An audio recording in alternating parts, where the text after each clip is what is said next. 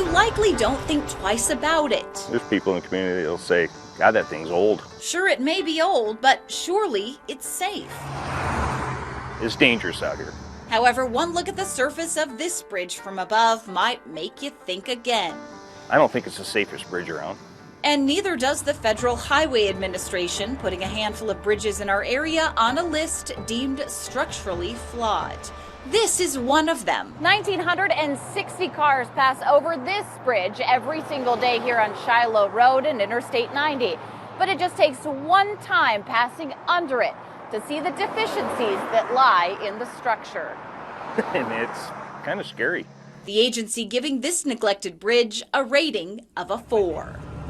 Steve Miller is a West End farmer. We take a lot of heavy equipment over this bridge. Having just finished up his barley harvest, he's getting ready to move heavy machinery onto another field, traveling this bridge often to do so. I've rode my four-wheeler over it and I've seen holes in the concrete on top.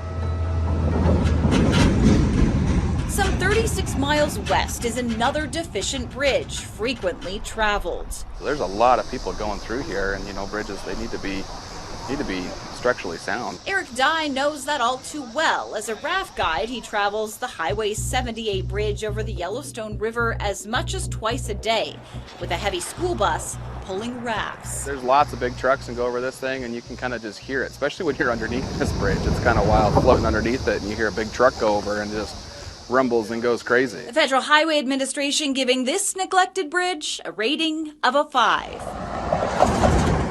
But those with the Montana Department of Transportation say they inspect these neglected bridges routinely. And there are many factors that we consider when we're prioritizing bridges. The condition of the structure, cost, alternate detour routes, impact to commerce. So where are these bridges in that lineup?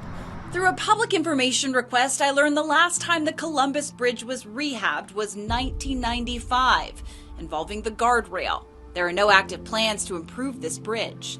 The Shiloh Bridge was last upgraded in 1973, also the guardrail.